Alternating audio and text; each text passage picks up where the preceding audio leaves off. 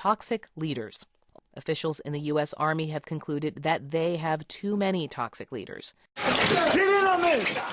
An unofficial Air Force tradition getting out of hand. This year's version ending with more than 24 cadets hurt. The Air Force Academy does not condone this action. Cadets in headlocks at the bottom of a dog pile. Others dragged down the hall by their feet. 27 cadets were injured. 6 went to the hospital. The Academy confirms concussions and a broken collarbone. You will not laugh. You will not cry. Because you are a disgusting fat body, Private Pyle. Sir, yes, sir. Some Army researchers wonder if toxic officers are partly to blame for some soldiers' mental health problems.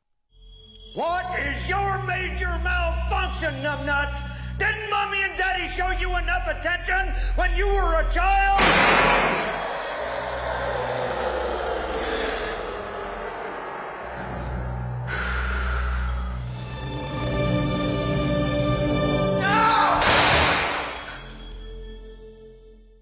The idea that officers can be monsters is an old Hollywood cliche. This is from Full Metal Jacket back in the 80s. Private Pyle, why is your footlocker unlocked? Sir, I don't know, sir. Private Pyle, if there is one thing in this world that I hate, it is an unlocked footlocker. You know that, don't you? Sir, yes, sir. We got to a point where we were exceptionally frustrated by the suicides that were occurring, and quite honestly feeling helpless to some degree of otherwise good young men and women who were taking their lives. Oftentimes platoon leaders will take turns seeing who can smoke this guy the worst, seeing who can dream up the worst torture, seeing who can dream up the worst duties, seeing who can make this guy's life the most miserable.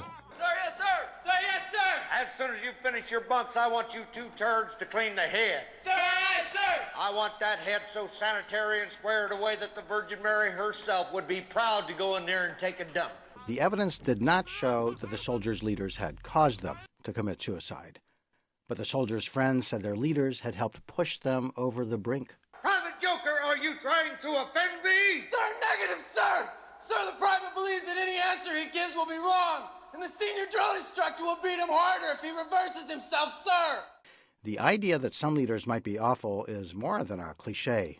Colonel George Reed ran the command and leadership program at the Army War College in Pennsylvania. Reed and a colleague interviewed dozens of officers who were attending the War College, and he says most of them told stories about recent encounters with leaders who they said were toxic. The Army is a world-class organization, and at some point you have to ask, are we tolerating this kind of leadership behavior? And a few years ago, they ordered researchers to do a nationwide study about the problem. Army researchers surveyed 22,000 troops, but the study found that roughly 20% of the soldiers, almost 1 in every 5, reported that his or her own leader was toxic. We owe it to the American public. They are destroying the organization and destroying their people.